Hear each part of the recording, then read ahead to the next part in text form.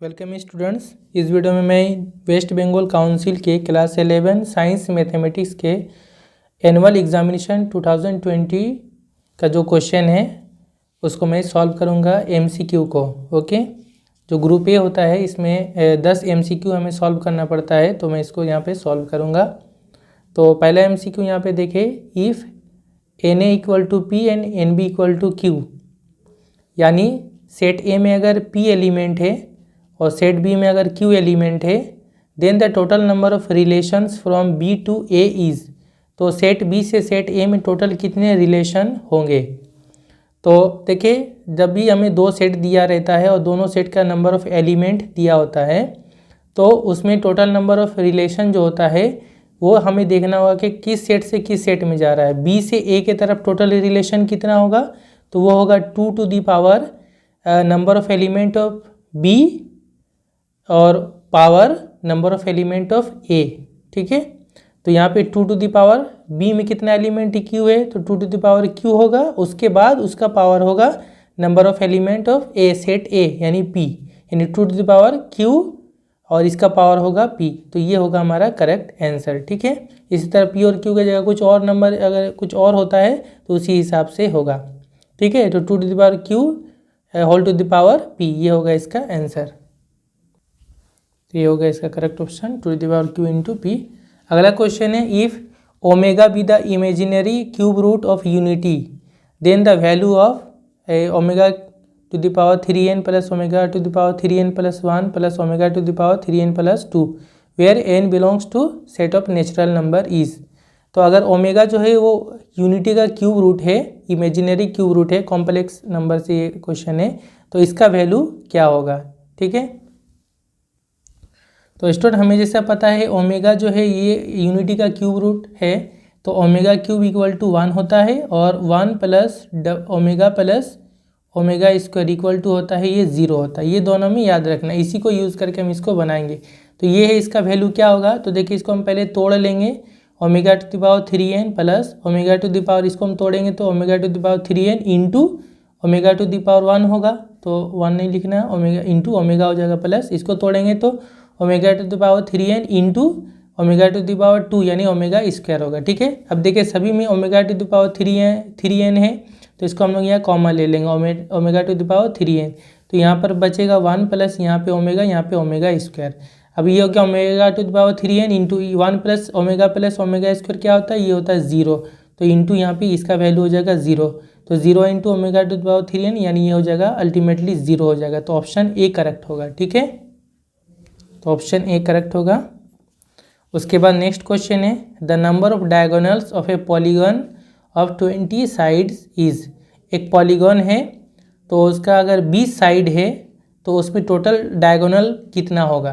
तो देखिए डायगोनल किसी भी पॉलीगन में जिसमें n साइड हो यानी जितना भी साइड हो, तो उसके डायगोनल का एक फार्मूला होता है, और वो फार्मूला क्या होता है, फार्मूला होता है n इंटू n माइनस 3/2, ये फार्मूला होता है नंबर ऑफ डायगोनल्स का। ठीक है, n मतलब हो रहा है कितना साइड है उसमें, तो n की जगह यहाँ पे हम 20 पुट कर देंगे अगर, तो यहाँ हो जाएगा 20 इंटू 20 माइनस 3 यानी 17/2। ठीक है, तो 2 से फिर 20 को अगर हम काटेंगे 20 इंटू 17/2 होगा, 2 से अगर 20 को काटेंगे तो 10 होगा, 10 इंटू 17 यानी 17 इंटू 10 होगा 170, तो इसमें टोटल नंबर ऑफ डायगोनल्स होगा 170, यानी करेक्ट ऑप्शन होगा बी। ओके, नेक्स्ट क्वेश्चन है, इफ़ इन ए जीपी, अगर एक ज्योमेट्रिक प्रोग्रेशन में term 5 is to term 3 equal to 7:9, अगर टर्म 5 और टर्म 3 का रेशियो 7:9 है, then term 9 is to term 5 is, तो टर्म 9 और टर्म 5 का रेशियो क्या होगा इनमें से। तो स्टूडेंट ये कोई मुश्किल क्वेश्चन नहीं है, जस्ट हमें टर्म n जो था जीपी में nth टर्म का जो फार्मूला होता है वो हमें यहाँ पे यूज़ करना पड़ेगा। तो nth टर्म क्या होता है, tn a into R to the power n-1 होता है। ठीक है, a यानी ये फर्स्ट टर्म होता है और r क्या होता है, कॉमन रेशियो होता है, CR होता है। तो अगर nth टर्म अगर निकालना है हमें तो वो होगा a into R to the power n से n1 माइनस कर देंगे। ठीक है, तो उसी हिसाब से अगर हम यहाँ पे देखेंगे तो टर्म 5 क्या होगा, यहाँ n के जगह में 5 है, तो a into R to the power क्या होगा n-1, तो यहाँ पे 5 है n के जगह में, तो यहाँ जो होगा 5-1, यानी क्या हो जाएगा ये 4 हो जाएगा, R to the power 4। Just जो जितना नंबर टर्म होगा उसमें से एक पावर माइनस कर देंगे, आर का पावर 4 हो जाएगा, ठीक है, a इंटू आर का पावर 4। या टर्म 3 निकालना है तो क्या होगा a इंटू आर का पावर 3-1 यानी 2 हो जाएगा, ठीक है। अब इसका रेशियो यानी इसको हम बटा में लिख सकते हैं, a इंटू आर का power 4 by a into R का पावर आर स्क्वायर हो जाएगा, ठीक है। ये हो जाएगा 7/9 हो जाएगा, ये रेशियो में दिया हुआ था, यहाँ से a कैंसिल कर दे तो आर का पावर 4 बाई आर स्क्वायर। ये भी हम काट सकते हैं लेकिन अभी हम इसको छोड़ दे रहे फिलहाल कि आगे हमें ये इजी बन जाएगा। अब टर्म 9 है टर्म 5 है, तो इसका अगर आप रेशियो देखेंगे तो वो इस हिसाब से होगा a इंटू आर का पावर 9-1 और ये होगा आर का पावर 5-1। अल्टीमेटली ये हो जाएगा 8 में आ जाएगा और ये आ जाएगा 4 में, a into R to the power 8 और a into R to the power 4 हो जाएगा, ठीक है। अब इसका रेशियो ही हमें निकालना है, तो इसको बटा कर लेंगे, a कैंसिल होगा, आर टू द पावर 8 और आर टू द पावर 4 आ गया। देखिए ये इसका डबल है, 4 और 2 का डबल करेंगे, स्क्वायर करेंगे तो 8 और 4 आ जाएगा। तो इसी को हम लोग क्या लिखेंगे, होल स्क्वायर के जैसा लिखेंगे। आर टू द पावर 8 है तो आर टू द पावर 4 का होल स्क्वायर हो जाएगा ना, 2 चौके 8, और आर 4 है तो आर स्क्वायर का स्क्वायर हो जाएगा। अब इसका वैल्यू तो हमें पता चल गया, R to the power 4 by R square मतलब 7/9, तो इसके जगह में हम क्या लिखेंगे 7/9 उसका होल स्क्वायर हो जाएगा, यानी 7 का स्क्वायर 49 और 9 का स्क्वायर 81, तो 49:81, 49:81 हो जाएगा, जस्ट 7:9 का स्क्वायर हो जाएगा, है ना। तो ये हो जाएगा 7 49 और 9 9 81 हो जाएगा, तो ऑप्शन डी करेक्ट होगा। नेक्स्ट है तो इसका ऑप्शन डी करेक्ट होगा। नेक्स्ट क्वेश्चन है the equation of circle passing through origin is, ये दिया हुआ है given. The equation of diameter of this circle is, एक सर्कल है और वो ओरिजिन से पास कर रहा है, उसका इक्वेशन ये दिया हुआ है, ठीक है। तो बोल रहा है उसके डायमीटर का इक्वेशन क्या होगा। तो स्टूडेंट मान लीजिए एक सर्कल है, ठीक है, तो सर्कल जो है ये ओरिजिन से पास हो रहा है, ओरिजिन से मतलब ये जो सर्कल है कहीं ना कहीं ये 0,0 यानी ओरिजिन से ये होकर पास करेगा, ठीक है। तो सर्कल का ये इक्वेशन है, जो सर्कल का स्टैंडर्ड इक्वेशन वो क्या होता है हमें पता है, x² + y² + 2gx + 2fy + c = 0 होता है, ठीक है। सबसे पहले हम यहाँ से इसका सेंटर पता कर लेंगे, तो यहाँ पे इससे कंपेयर करेंगे, 2g = क्या होगा यहाँ पे -6 होगा, है ना, x का कोएफिशिएंट 2g = -6 और 2f = क्या होगा y का कोएफिशिएंट यानी 2 होगा, इक्वल टू 2f = 2 होगा। यहाँ से g = -3 आया और f = 1 आया, ठीक है। सेंटर क्या होता है हमें पता है -g, -f, तो -g यहाँ g का वैल्यू पुट करेंगे माइनस ये प्लस हो जाएगा और -f यानी -1, तो ये हो गया हमारा सेंटर। सेंटर क्या होगा 3,1। अब जो डायमीटर होगा ये डायमीटर है, तो डायमीटर सेंटर से पास होता है, 3,1 से पास होगा, और साथ ही साथ ये डायमीटर जो है वो ओरिजिन से भी होकर पास होगा। क्यों? क्योंकि कोई सा भी अब डायमीटर ले वो सेंटर से पास होगा और ये सर्कल ओरिजिन से पास कर रहा है, तो ये डायमीटर भी क्या होगा वो ओरिजिन से पास करेगा। तो इसका मतलब डायमीटर का अगर हमें फॉर्मूला इक्वेशन निकालना है तो हमें 2 पॉइंट से होकर ये जो लाइन पास हो रहा है यानी डायमीटर, उसका फॉर्मूला इक्वेशन निकालने से ही हो गया। ऐसा लाइन जो 2 पॉइंट से होकर पास करता है इसका इक्वेशन हमें आता है, तो ये दोनों पॉइंट हो गया। इससे पास होने वाली लाइन का क्या फॉर्मूला होता है, x - x1 और नीचे x1 - x2 होता है। ये हो गया ना x1, y1 और ये हो जाएगा x2, y2। x - x1 यानी 0 और x1 - x2 हो जाएगा ये वाला, ठीक है, x0 - 3 equal to y - y1, तो y - y1 यानी 0 और y1 - y2, y1 यानी 0 माइनस y2 यानी -1, ये प्लस हो जाएगा। तो ये हो गया x - 3 और y/1 हो गया। इसको क्रॉस मल्टीप्लाई करेंगे तो x = -3 यानी अल्टीमेटली x + 3y = 0। ये हो गया डायमीटर के इक्वेशन, ऑप्शन ए करेक्ट होगा, तो ऑप्शन ए करेक्ट होगा। ओके, नेक्स्ट है the equation of plane parallel to xy plane is, xy plane के अगर पैरेलल कोई प्लेन अगर कहा गया है उसका इक्वेशन, तो xy प्लेन में xy होता है तो इसके पैरेलल जब भी बोलेगा तो वो z = सम कांस्टेंट होता है, ठीक है। तो z = c, ये होगा इसका करेक्ट है ऑप्शन, z = c। इसी तरह अगर बोलेगा yz प्लेन के पैरेलल कोई प्लेन, तो yz में yz को छोड़ के क्या बचा, x बचा, तो x = समथिंग होगा। इसी तरह अगर बोलेगा कि xz प्लेन के पैरेलल कोई प्लेन, तो xz छोड़ के क्या बचेगा y, तो y = कांस्टेंट कुछ आएगा, ठीक है, इस तरह से होता है। नेक्स्ट क्वेश्चन है the value of this limit x tends to 0 e⁻x² - 1/sin² sin x², इसका वैल्यू क्या होगा, तो इसका वैल्यू भी 1 होगा। इसको देखिए एवेल्यूएट करेंगे थोड़ा हम लोग जल्दी में किस तरह से, तो देखिए स्टूडेंट, इसको जो है हम लोग बनाने के लिए X square equal to Z मानकर भी बना सकते हैं। थोड़ा ये लंबा होगा, मैं इसको और शॉर्टकट कर दे रहा हूँ। किस तरह से, हमें पता है ना, e to the power x minus 1/x equal to, उसका लिमिट लेते हैं एक्स टेंड्स टू 0, तो वो होता है 1। ठीक है, तो यहाँ पे एक्स नहीं बल्कि एक्स स्क्वायर है। ठीक है, हम क्या करेंगे, ऊपर नीचे एक्स स्क्वायर से डिवाइड कर देंगे। तो इसको भी एक्स स्क्वायर से डिवाइड कर दिया, इसको भी एक्स स्क्वायर से डिवाइड कर दिया। तो ऐसा करने से फ़ायदा ये होगा कि देखिए ये आ जाएगा लिमिट, इसका ऊपर वाला का लिमिट अलग हो जाएगा, बटा नीचे वाला का लिमिट अलग हो जाएगा। ठीक है ना, लिमिट दोनों में आ जाएगा।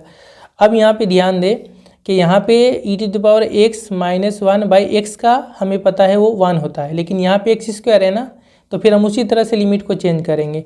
एक्स टेंस टू 0, अगर एक्स टेंस टू 0 होता है तो एक्स स्क्वायर भी टेंस टू 0 ही होगा, है ना। एक्स अगर 0 की तरफ अप्रोच कर रहा है तो एक्स स्क्वायर भी तो 0 ही की तरफ जाएगा, क्योंकि एक्स इंटू एक्स है ना। तो इसको हम एक्स से चेंज करके एक्स स्क्वायर में ले आएंगे। अब आप एक्स स्क्वायर का जेड मान लिया ना, अभी माने कोई प्रॉब्लम नहीं, तो ये क्या हो गया, ये सेम हो गया, है ना। हमें उसी तरह का फॉर्मूला में था, यहाँ पे एक्स है तो यहाँ पे एक्स होता है, तो यहाँ एक्स स्क्वायर है तो यहाँ भी एक्स स्क्वायर है, यहाँ भी एक्स स्क्वायर है। तो ये अल्टीमेटली ये लिमिट किस में चला जाएगा, 1 हो जाएगा। ये लिमिटिंग वैल्यू इसका क्या होगा, 1 होगा। ठीक है, अगर एक्स स्क्वायर का आप जेड मान लेते हैं तो e to the power z minus 1/z होगा, यहाँ जेड टेंस टू 0 हो जाएगा, तब भी 1 ही होगा। अब नीचे में देखिए क्या है, नीचे साइन स्क्वायर एक्स है और यहाँ एक्स स्क्वायर, तो इसको अगर होल स्क्वायर करेंगे साइन x/x, इसका होल स्क्वायर होगा। तो limit X tends to sine x/x क्या होता है, ये 1 होता है, और 1 का फिर स्क्वायर हो जाएगा यहाँ पे, क्योंकि लिमिट में क्या है, इससे पावर होता है, तो वो इसका लिमिटिंग वैल्यू जो होगा उसका फिर होल स्क्वायर हो जाएगा। ठीक है, जो भी पावर है तो 1 का स्क्वायर हो जाएगा, 1/1 स्क्वायर इक्वल टू 1 होगा, तो इसका करेक्ट ऑप्शन होगा ए। ठीक है, इसको जेड मान के भी बना सकते हैं, लेकिन वो थोड़ा लेट होगा। अगला क्वेश्चन है, if n less than 1 then D D X of X to the power n exist when, यानी ये जो है ये डिफरेंशिएशन है कि X to the power n का डिफरेंशिएशन कब होगा, कब एग्जिस्ट करेगा, और जब n जो है 1 से छोटा, 1 से छोटा मतलब 0 हो सकता है, -1 हो सकता है, -2 हो सकता है। तो देखिए जब एक लेस देन 1 होगा तो ये डेरिवेटिव जो है ये उसी वक्त एग्जिस्ट करता है जब x जो है ये सेट ऑफ रेशनल नंबर से बिलोंग करेगा, सेट ऑफ रेशनल नंबर से। ठीक है, तो इसका करेक्ट ऑप्शन होगा x बिलोंग्स टू q, यानी सेट ऑफ रेशनल नंबर से। ओके, और ये जो है आप जब वहाँ पे देखेंगे डिफरेंशिएशन चैप्टर में, जितना भी इस तरह डेरिवेटिव का फॉर्मूला वगैरह लिखा वहाँ पे आप देखेंगे कि इस तरह का में हमेशा वो सेट ऑफ रेशनल नंबर से ही बोला गया है। ओके, नेक्स्ट है, ये probability of a intersection b equal to 5/13 then the probability of a complement union b complement will be, इसका वैल्यू क्या होगा। बहुत ही इजी क्वेश्चन है। तो देखिए ये प्रोबेबिलिटी दिया हुआ है, हम इसका प्रोबेबिलिटी निकाला p a complement union b complement.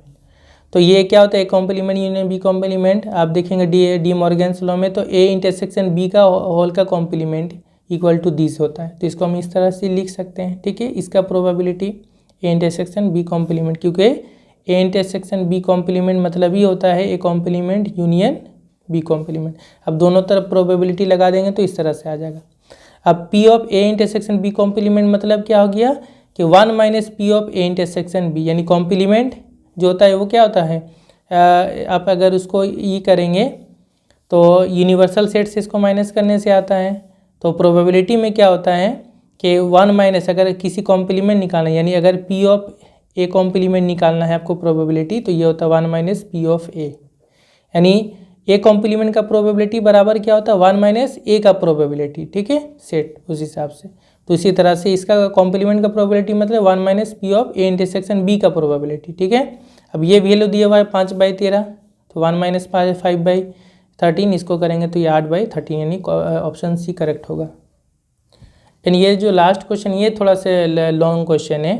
ठीक है, और ये जो है स्टैटिस्टिक्स का क्वेश्चन है। The mean deviation of the series a, a+d, a+2d ... a+n d। अच्छा, यहाँ पे रॉन्ग है, यहाँ पे nd नहीं होगा, यहाँ 2nd होगा। फ्रॉम इट्स मीन इज, तो फ्रॉम इट्स मीन इसका मीन डेविएशन क्या होगा। तो स्टूडेंट देखिए, मीन डेविएशन का मतलब ये है कि जितने भी यहाँ पर वैल्यू है ये सभी हुए हमारे x1, x2, x3, इस तरह से सभी ये वैल्यूज़ हुए। ठीक है, जिसको हम लोग xy बोलते हैं, उन सभी में से हमको इसका मीन को माइनस करना पड़ेगा, और माइनस करके फिर उनको हमें मॉड वैल्यू लेकर के उसका समेशन करना होगा, यानी उनको सबको ऐड करना पड़ेगा। और ऐड करने के बाद उसे हमें जो है टोटल नंबर ऑफ़ वैल्यूज़ यानी जो टोटल फ्रीक्वेंसी होगा n से डिवाइड करेंगे, तो इसको हम लोग बोलते हैं मीन डेविएशन। मीन डेविएशन का मतलब हर एक वैल्यू मीन से कितना डिफरेंस हो रहा है उन सभी का ऐड करके उसका हम लोग एवरेज निकालते हैं, ठीक है, ये मीन डेविएशन है। तो इसके लिए सबसे पहले तो हमें इसका मीन निकालना पड़ेगा इस पूरे सीरीज का, ठीक है, इस पूरे सीक्वेंस का हमें मीन निकालना पड़ेगा। तो मीन निकालने के तरीके के लिए हमें सबसे पहले क्या करना होगा, सबको हमें ऐड करना पड़ेगा और ऐड करने के बाद जितना वैल्यू उससे हमें डिवाइड करना पड़ेगा, तब ये आएगा हमारा मीन। तो इसमें टोटल कितने वैल्यू है, ये हो गया पहला 1 2 3, तीसरा में देखिए 2 है, चौथा में इस तरह से आता रहेगा। तो ये टोटल हो रहा है 2n यहाँ पे है, तो ये टोटल है 2n + 1, क्योंकि 1 यहाँ से स्टार्ट हो रहा है, 1 2 3 4 करके 2n है, तो 2n यहाँ तक 2n होगा टोटल, और प्लस ये एक वैल्यू और, तो 2n + 1 टोटल यहाँ पे वैल्यूज़ है। तो Sn जो हमें फॉर्मूला होता है, Sn मतलब टोटल कितना वैल्यू उसका सम होता है, वो क्या होता है n/2 into first term plus last term. तो यहाँ पे टोटल जो है वहाँ पे है टोटल है 2n + 1 टोटल यहाँ पे वैल्यूज़ है, तो S 2n + 1 यानी टोटल का सम। तो क्या होगा n/2 है, तो यहाँ होगा 2n + 1/2, ठीक है। और फर्स्ट वैल्यू क्या, फर्स्ट वैल्यू a है, प्लस लास्ट वैल्यू जो है वो है a + 2nd, ठीक है। अब ये निकालेंगे, इसको ऐड करेंगे 2a + a 2a + 2nd, और उसके बाद यहाँ से 2 कॉमन ले लेंगे हम लोग, तो ये 2 कैंसिल होगा, तो आ जाएगा ultimately 2n + 1 into a + nd, ठीक है। तो ये हो गया इसका सिर्फ सम। और मीन क्या होगा, मीन हो जाएगा कि इस सम को हमें डिवाइड करना पड़ेगा टोटल वैल्यू कितना है, तो इस सम ये टोटल सम हो गया और टोटल वैल्यू कितना है 2n + 1, तो इससे डिवाइड करेंगे तो ये आ जाएगा हमारा मीन, ठीक है। तो ये सेम में कैंसिल हो जाएगा, मीन आ गया a + nd, ये हो गया सिर्फ x बार, ठीक है, जो मीन का वैल्यू आया। अब हमारे मीन डेविएशन मतलब हो रहा है कि हमें सभी वैल्यू से x बार को माइनस करना पड़ेगा, उसका हमें मॉड वैल्यू लेके सभी को ऐड करना होगा और फिर 1/n यानी टोटल वैल्यू से डिवाइड करना होगा। तो इसको मैंने बनाया है इस तरह से 1/n, n मतलब कैपिटल n मतलब टोटल वैल्यू कितना है 2n + 1 है टोटल। और इसका मतलब ये जो उसको हम समीशन को तोड़ेंगे तो मतलब पहला वैल्यू तो क्या था a से माइनस करना पड़ेगा वो मीन x बार क्या है a + nd, हर एक में से a + nd को माइनस करना होगा, तो a + nd, तो जब माइनस होगा तो a - nd हो जाएगा, यहाँ पे माइनस हो जाएगा। इसी तरह सेकंड वैल्यू क्या है a + d है, तो a + d से भी हमें a + nd को माइनस करना पड़ेगा, माइनस करेंगे साइन चेंज हो जाएगा। फिर प्लस अगला वैल्यू a + 2d है, इसमें से भी माइनस करना पड़ेगा a बार यानी a + nd को, तो a - nd हो जाएगा। इसी तरह से हमारा चलता रहेगा a + 2d a + 3d a + 4d, बीच में आ जाएगा a + nd, a + nd से a + nd को ही माइनस करना पड़ेगा। फिर उसके बाद वाला आ जाएगा a + nd था, अब n के बाद एक और बढ़ा देंगे तो n + 1d आएगा, फिर उसमें से माइनस करना पड़ेगा a - nd, तो ये चलता रहेगा। लास्ट में आ जाएगा जो लास्ट वैल्यू क्या a + 2nd, उसमें से भी माइनस करना पड़ेगा a - nd, ठीक है। और ये सब का मॉड वैल्यू लेंगे, मॉड वैल्यू लेकर के ये सभी को हम लोग देखते कितना आएगा, ये उसी तरह सेम रहेगा, ये a कट जाएगा तो -nd आएगा, -nd, लेकिन मॉड ले लेंगे तो क्या होगा माइनस वो प्लस में चेंज हो जाता है, मॉड में क्या होता है माइनस वैल्यू भी प्लस में चेंज हो जाता है, तो ये nd आएगा, ठीक है। यहाँ देखेंगे तो ये माइनस ये दोनों कैंसिल होगा, ये दोनों से d कॉमन निकाल लेंगे, इस तरह से इसको पहले ले लेंगे तो n यहाँ पर फिर माइनस हो जाएगा, जब माइनस हम कॉमन लेंगे तो n - 1d होगा, n - 1d हो जाएगा, ठीक है। माइनस जो है मॉड की वजह से प्लस में चेंज हो जाएगा।